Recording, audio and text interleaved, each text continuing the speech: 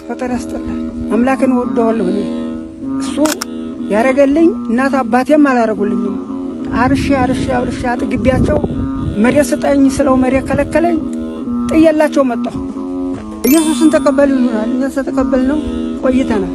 ኢየሱስን ያውቁታል እንዴ በ40 ቀን እኮ ተነስቻለሁ ክርስትና እኔ ዛሬ አይደለም የማውቀው አልኳቸው።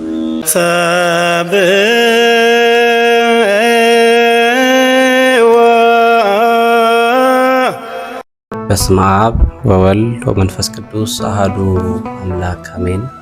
ሰላም እንዴት ናችሁ? ውድ የሰብህቡ ሚዲያ ተከታታዮች፣ ዛሬ ለየት ያለ ልባችንን የሚነካና እምነታችንን የሚያለመልም ድንቅ ቪዲዮ ይዤላችሁ መጥቻለሁ። በዚህ በቁሳቁስ በረቀቀና ሰዎች ለምድራዊ ሀብት በሚጨነቁበት ዓለም ውስጥ ምንም የለኝም ግን ሁሉ አለኝ የሚሉ አንድ የእምነት ጀግና ቪዲዮአቸውን በማህበራዊ ሚዲያ ላይ ሲሰራጭ አግኝተን ይዘን መተናል። አባታችን ስለ ፈጣሪ ያላቸው ፍቅርና ያላቸው እምነት ጥቂት ነገርን ባርኮላቸው የሚኖሩት የቅንነት ህይወት በእውነት ይገርማል። እስኪ አምላኬን እወደዋለሁ የሚሉትን የእኚህን አባት ንግግር መጀመሪያ አብረን እንስማውና ወደ ሀሳባችን እንመለሳለን። ፈጠር ያስጠላል። አምላክን ወደዋለሁ እኔ እሱ ያረገልኝ እናት አባቴም አላረጉልኝም። አርሼ አጥግቢያቸው መሬት ስጠኝ ስለው መሬት ከለከለኝ። ጥየላቸው መጣሁ። ምንም አልፈልግም። አሁን እኔ አይርበኝ ውሃ አይጠማኝ እግዚአብሔር ይመስገን። ራስና መሳያሱ ምንም ለምንም ለልብስም ለምንም አልጨነቅም። ብቻዬን ነኝ። እኔ ምንም ሀብት ምንም አልፈልግም። እቺኑ 12 ተከላቴን ባርኮልኝ እስተመሞት ድረስ እቺኑ እያነበብኩ እየደገምኩ እኖራታለሁ። ምንም አልፈልግም። እኔ እግዚአብሔር ይመስገን። እኔም ነገ አባትና እናቴ የሉም፣ እህቶቼ ሁሉ ሞተዋል። እኔም እንደመሞት አውቃለሁ። ምን ያደርግልኝ? እኔ እግዚአብሔርን ያላደክመው የመኖር ነገር ይሆን ይኖራል።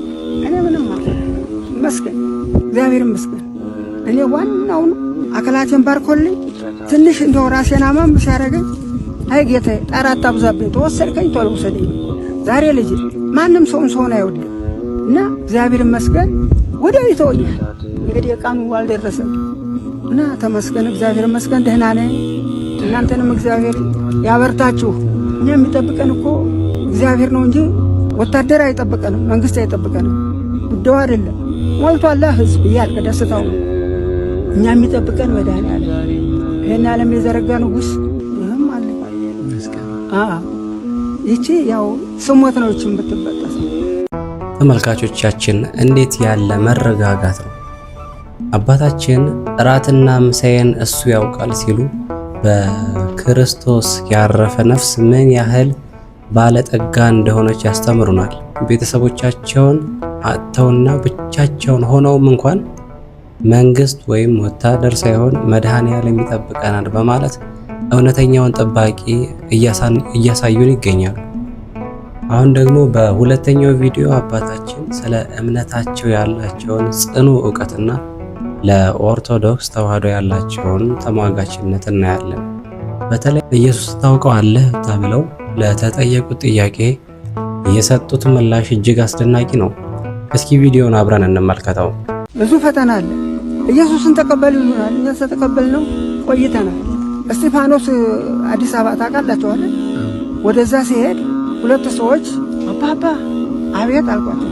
ኢየሱስን ያውቁታል እንዴ በ40 ቀን እኮ ተነስቻለሁ ክርስትና እኔ ዛሬ አይደለም የማውቀው አልኳቸው።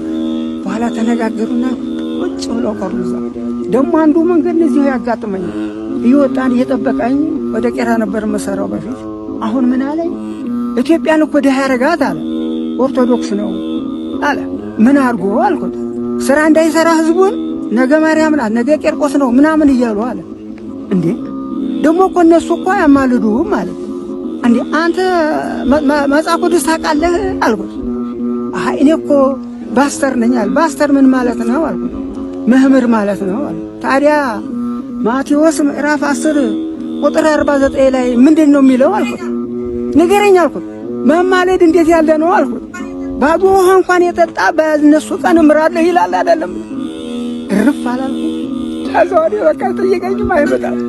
በጣም ያናድዱሃል አንዳንዴ እያወቁ ለማሳዛት። እኔ ይኸው መቼም እንደምታውቁ የፎቅ ጊዜ ነው። እኔ ለስጋዬ ብዬ ነፍሴን ሸጬ ይኸው ፎቅ ቢሰጡኝ ገደል ይግባዛ። እኔ ዘመዴ እግዚአብሔር እና ተመስገን ጤነኛ ነኝ፣ እግዚአብሔር ይመስገን። ተመልካቾቻችን ዕውቀት ያለው በመጽሐፍ ብቻ አይደለም በሕይወትም ጭምር ነው። አባታችን ለስጋዬ ብዬ ነፍሴን አልሸጥም በማለት የሰጡት ምስክርነት በዚህ በፈተና ዘመን ለሁላችንም ትልቅ ትምህርት ነው።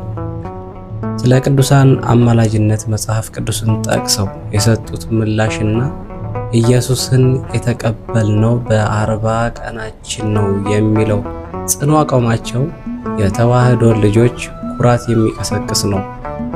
እኛስ እንደዚህ አባት በያዝነው ሃይማኖት ጸንተን በፈጣሪ ታምነን ለመኖር ዝግጁ ነን?